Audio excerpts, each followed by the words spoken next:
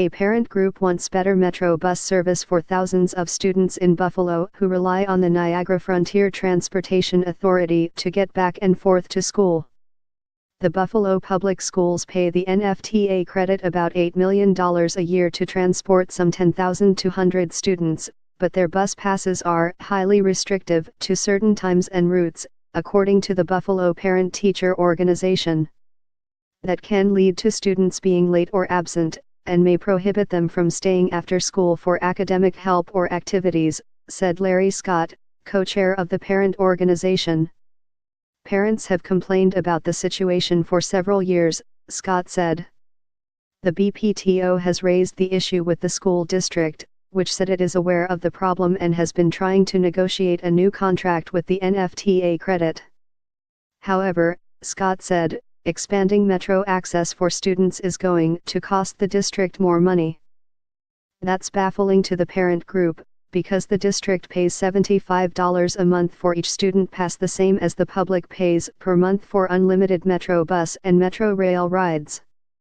When we prodded further, there seems to be a willingness on the part of the NFTA credit to talk about making passes more accessible, Scott said, and then they talk about, we need more money to do so. If somebody could articulate the need for more money, maybe we would explore that further, Scott said, but we can't get a good rationale for why they need more money to increase accessibility when they're already getting a full rate on a restrictive pass for each student. The parent group was told restrictions were included as part of the contract with the district more than 20 years ago, because at the time there were concerns about youth congregating at the Main Place Mall, Scott said. Well, obviously that's not a major concern anymore. The policies are outdated, Scott said. Clearly, it punishes those students and families that don't have their own transportation over others that do. The Buffalo News reached out to the NFTA credit for comment, and spokesperson Helen Tedros released this statement: NFTA credit/Metro is proud to provide more than 20,000 student trips each school day. Our long-standing agreement is with the Buffalo Board of Education.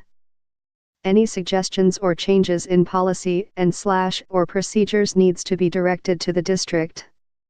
Superintendent Kreiner Cash said he is supportive of the parent group raising the issue, but also wants to keep the conversation civil. The district recently met with NFTA Credit Executive Director Kimberly Minkle to discuss concerns, and the meeting left Cash encouraged. Our students have a fairly narrow number of rides per day. I think they get one in and one out, and they get it only within certain hours, Cash said. It really does impact our attendance. I wouldn't say it's a cause, but it's a strong correlative factor why kids are chronically tardy and in some cases chronically absent.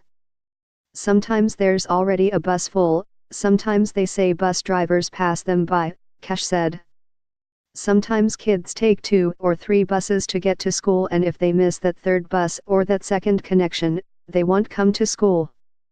They'll give up and go back home.